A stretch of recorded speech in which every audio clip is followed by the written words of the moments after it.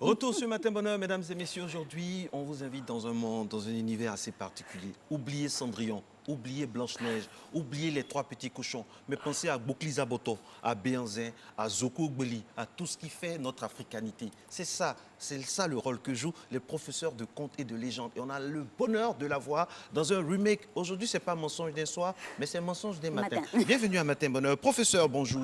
Bonjour. Comment ça va? Quand on vous voit déjà, on a envie d'écouter ce que vous avez à nous dire. Ah bon, hein? Que ce soit faux ou vrai.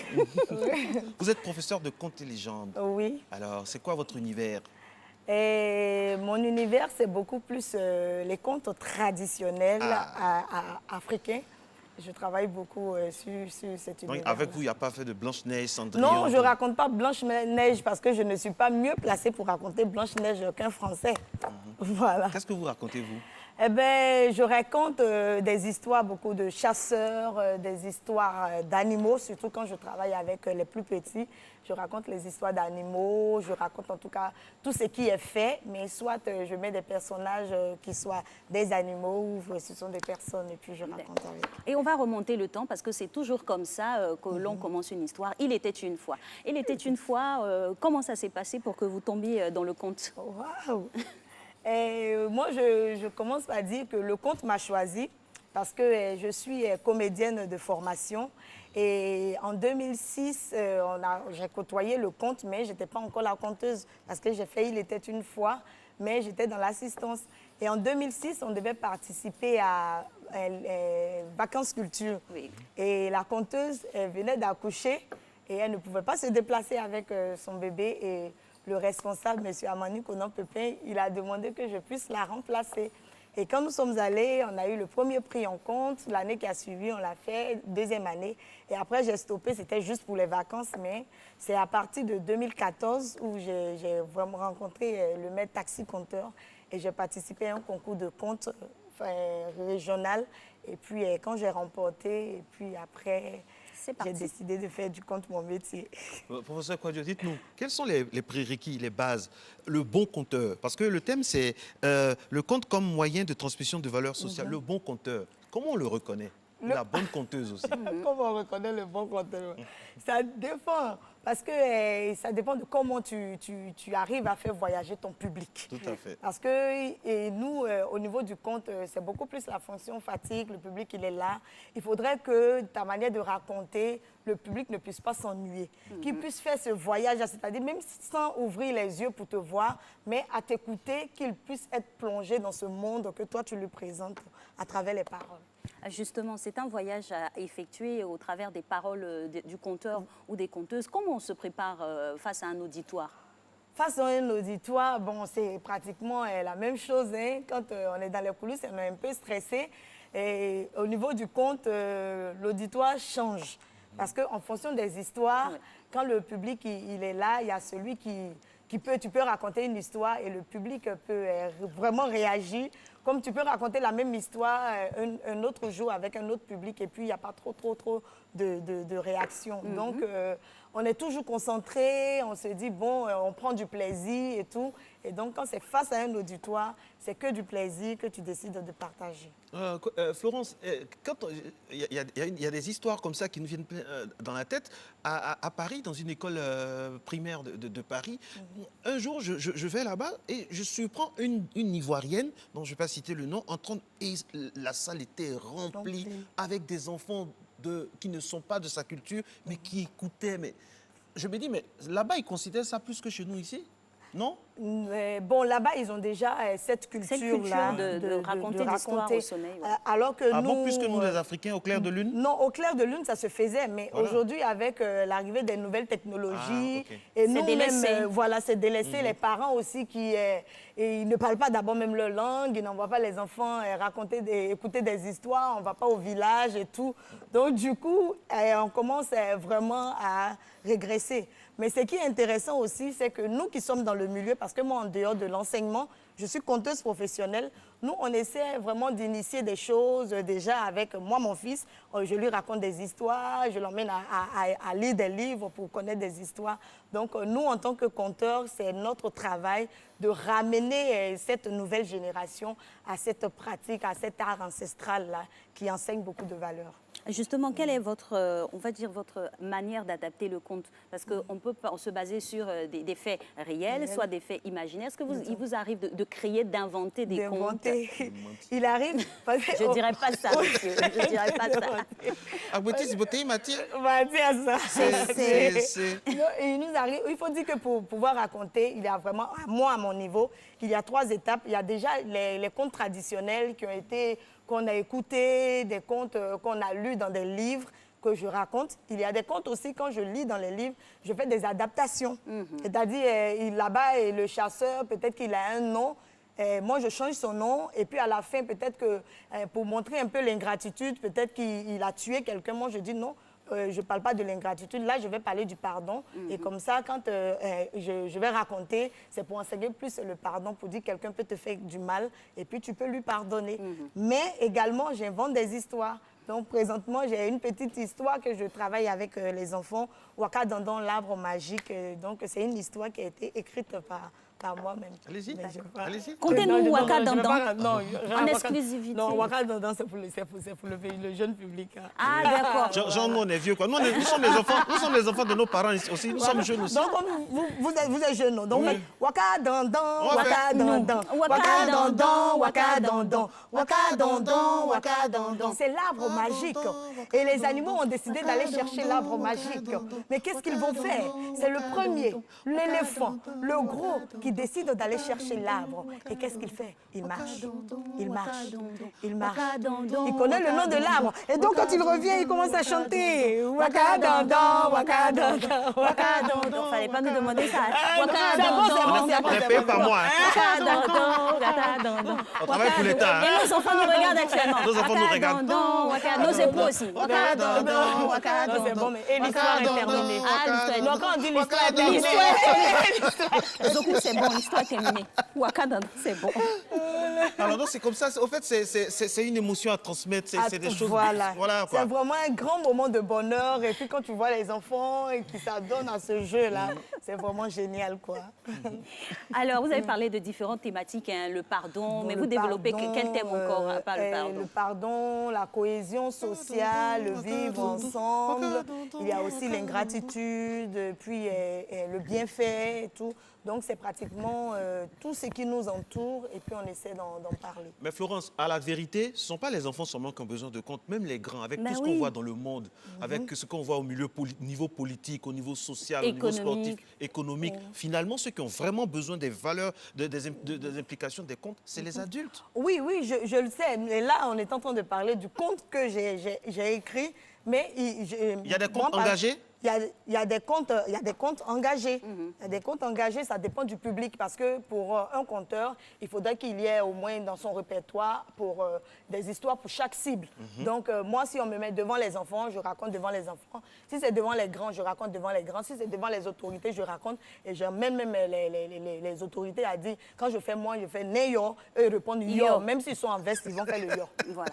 Non, mais parce que ça va avec, hein, Voilà, c'est toute donc, une orchestration. orchestration. Au-delà de ça, on parle de transmission et de valeurs sociales. Comment vous opérez pour la transmission des enfants? Il y a des enfants qui vous approchent, qui disent je veux être conteuse comme vous. Moi, pour la transmission, parce que moi, je me dis, celui qui a appris, il donne. Et celui qui donne, c'est qu'il a vraiment, vraiment, vraiment appris. Et moi, cette année, j'ai initié un festival qu'on appelle Ivoire Graines de Conteur, qui est un festival de contes pour jeunes publics. Et on a travaillé avec des enfants.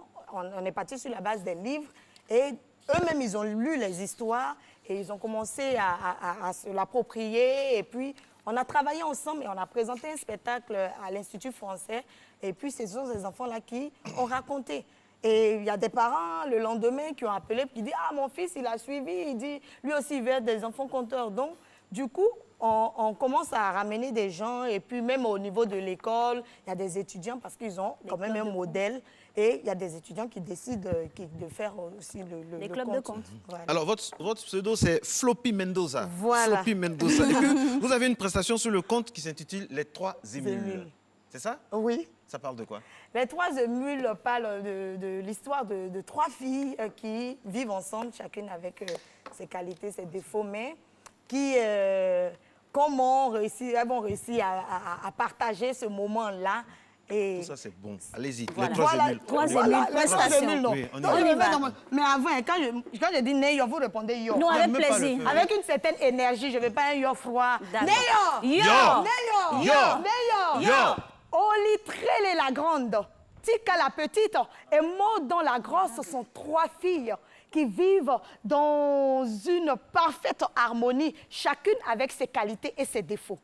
Olitrelle la grande, elle est très belle, elle aime la propriété, mais elle est orgueilleuse. Et Tika la petite, très habile à la chasse, mais Tika est bavarde comme une pie. C'est... Et moi dans la grosse, obèse et paresseuse. Mais Maud sait faire le feu et elle est très excellente en cuisine. Neyo! Yo!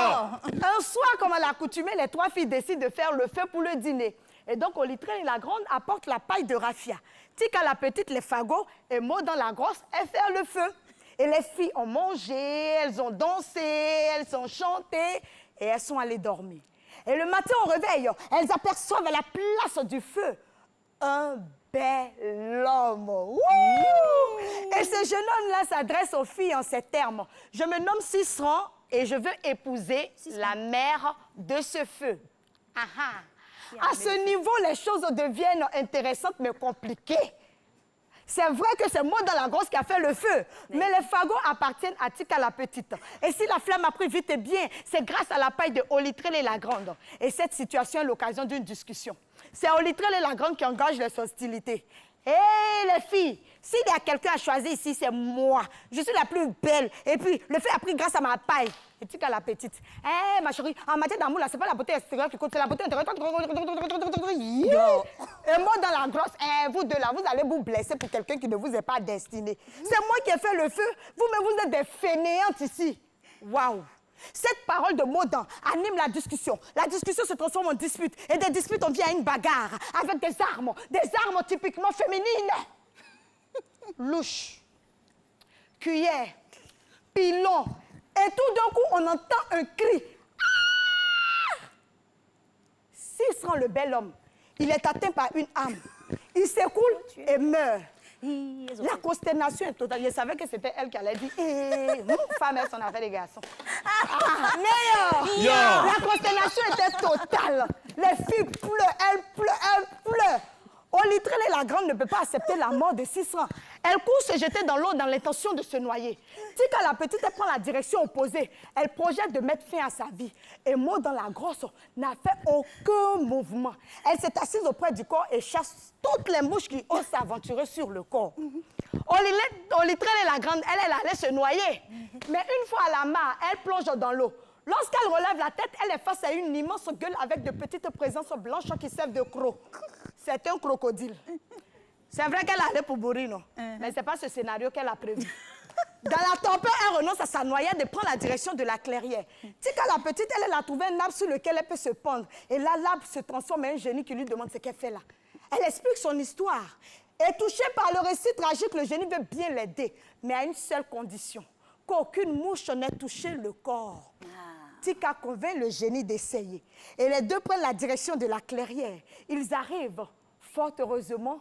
Aucune mouche n'a touché le corps grâce à la vigilance inopinée de Maud dans la grosse. Le génie peut alors commencer son travail. De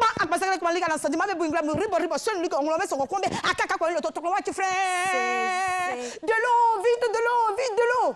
Et Tika la petite, elle court, elle rapporte un bol d'eau. Non, je veux de l'eau sortie fraîchement de Marigot, d'une mare ou d'une rivière. Sinon, dans 5 minutes, je ne pourrai rien faire. Il y a problème. Parce que la mare la plus proche se trouve à 1h45 minutes 32 secondes de la clairière. Aller-retour, ça fait 1h45. Bon, je comprends. On n'est pas là pour calculer. Une chose est sûre, c'est que celle qui ira chercher l'eau à la mare ne pourra pas arriver à temps. Les filles ont repris les pleurs. Mais tout à coup, Olitrelle la grande, affolée, toute trempée, elle fait son apparition de la clairière. Avant même qu'elle ne commence à relater son aventure à la mare, le génie recueille rapidement quelques gouttes d'eau du pagne mouillé d'Olitrelle la grande et asperge le corps de Cicéron. Et les secondes qui ont suivi, Cicéron a retrouvé la vie. Il a retrouvé la vie grâce à l'eau sortie du paille mouillé d'Olitrelle la grande. Tika la petite qui a fait venir le génie et Maud dans la grosse qui a chassé toutes les mouches. Quand Cicéron s'est levé, S'il doit choisir encore entre les 3 filles, là, peut-être qu'il va mourir 18 fois. Et moi, quand ma grand-mère m'a raconté cette histoire, elle ne m'a pas dit qu'il a fait un choix. Mais ce qu'elle m'a demandé de retenir, c'est que tous les membres du corps sont différents les uns des autres, mais ils se complètent pour former un seul corps. Chacun de vous a ses qualités, chacun a ses défauts. Mais si nous rêvons d'une vie vraiment meilleure, une vie harmonieuse, essayons de conjuguer nos qualités et nos défauts. Car c'est le chevauchement du pied gauche et du pied droit qui fait avancer rapidement. Ah, Betty Ziboté, Mathias. Mathias. Non, pour moi, c'est meilleur. Meilleur. Non, il ne faut pas ajouter c'est parce que c'est ce qu'elle vient de dire. Non, c'est la vérité. C'est la vérité. C'est la vérité, effectivement. Et puis, aujourd'hui est vendredi. Les vendredis, là, je ne mens pas. C'est jeudi et mercredi. Voilà, les autres jours, là, on peut dire, mais c'est qu'elle vient de faire, là, comme aujourd'hui est vendredi. Non, on va applaudir encore, on va applaudir encore. Oh, c'est magnifique. Ah oui, c'était super. On a été emportés. Hein. On se croyait même sur les lieux avec les 3 filles, le fiancé, le génie et tout ça. Alors, quand vous faites à votre actif, vous avez combien de contes dans votre répertoire? J'ai pas assez, hein, parce que j'ai pratiquement une quinzaine de contes. C'est déjà beaucoup. C'est déjà beaucoup, hein? Oui. Qui sont repartis. Il y a des contes pour les enfants, il y a des contes pour les adultes. Et puis aussi, il y a d'autres techniques que j'exploite, comme par exemple le Kamishibai, qui est une manière de raconter des histoires avec des images. Là, c'est pour les plus petits de la maternelle. Il y a un côté pédagogique, didactique. Voilà, exactement. Et justement, vous avez parlé de la forme de transmission ou de manière de compter. Là, nous, on était emportés, hein, malgré nos âges. Et pour tous ceux qui nous ont regardés, qui voudraient vous voir, comment ça se passe? Il y a un programme, il y a un lieu. Comment on fait pour vous rencontrer, pour s'abreuver? Déjà, c'est intéressant parce que le vendredi 20 mars, c'est la journée mondiale du conte. Et ce jour-là, moi, je serai en prestation à l'INSAC à partir de 18h30.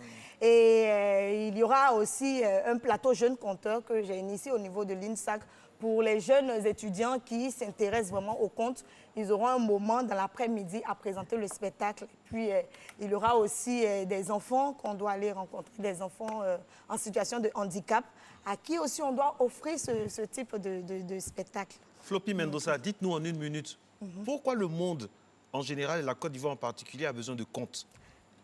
En 1 minute, on dit à une conteuse. Bon, moi, je pense que les contes, nos contes traditionnels, nos contes enseignent des valeurs. Et aujourd'hui, avec la modernisation, avec les nouvelles technologies, et la jeunesse ne s'intéresse plus. Et puisque les contes donnent des messages, et puis il y a aussi le côté pédagogique du conte, le côté didactique du conte, moi, je pense qu'il est très, très important que vraiment on puisse embrasser cet art ancestral-là pour pouvoir parler de ce que nous connaissons, pour pouvoir parler de nos hommes, des gens qui ont marqué notre continent et puis pour enseigner beaucoup de Et leçons. un dernier mot de sensibilisation, parce que là, c'est des spectacles qui sont organisés. Quand on n'a pas l'information, comment à la maison, on peut quand même rapprocher le conte de nous? Comment à la maison, en étant à la maison avec ses enfants. En étant à la maison, c'est très simple. Et il y a des livres. Aujourd'hui, il y a des gens qui, même si nous, les gens ne se déplacent pas pour aller dans les villages, mais il y a certaines personnes qui vont dans les villages, qui rapportent des histoires qui sont transmises dans des livres. Donc, pourquoi ne pas déjà, quand tu donnes une poupée à la Noël, tu ne donnes pas un livre? Moi, mon fils, en tout, je lui donne toujours un livre. Même quand il me dit mon cadeau d'anniversaire, il dit « Ah, maman, je sais que tu vas m'offrir un livre. » Et souvent, je pose quelques petites conditions. Ah, on va aujourd'hui à Abidjan Mall. Oui, il y a pas de Abidjan Mall. Voilà, tu finis de faire la lecture. Ouais, je sais. Et puis, je te raconte l'histoire. Et puis, je pars à Abidjan Mall. Ouais, un peu. Donc, il faudrait que dès maintenant, nous-mêmes, en tant que parents, nous puissions emmener nos enfants, par exemple, en leur offrant des livres, en lisant souvent avec eux. Et surtout pour terminer, hein, en leur racontant des histoires africaines. Exactement. Voilà, c'est ça. C'est ça, rime à notre histoire. Tous les leaders africains, Voilà, chaque Zoulou, nos enfants doivent les connaître aussi d'abord. D'abord, voilà, ça c'est très très important aussi. Et scénariser tout ça, hein, parce qu'avant on le faisait aussi, hein, même entre frères et sœurs, on se mettait autour dans la chambre comme ça et puis on se racontait des histoires. Il était une fois, c'est intéressant. Continuons, perpétuons le Il était une fois et c'est sûr que ça nous donnera à toujours des bonnes idées pour vivre dans un monde meilleur. Merci d'être passé à Matin Bonheur. Merci de nous avoir suivis durant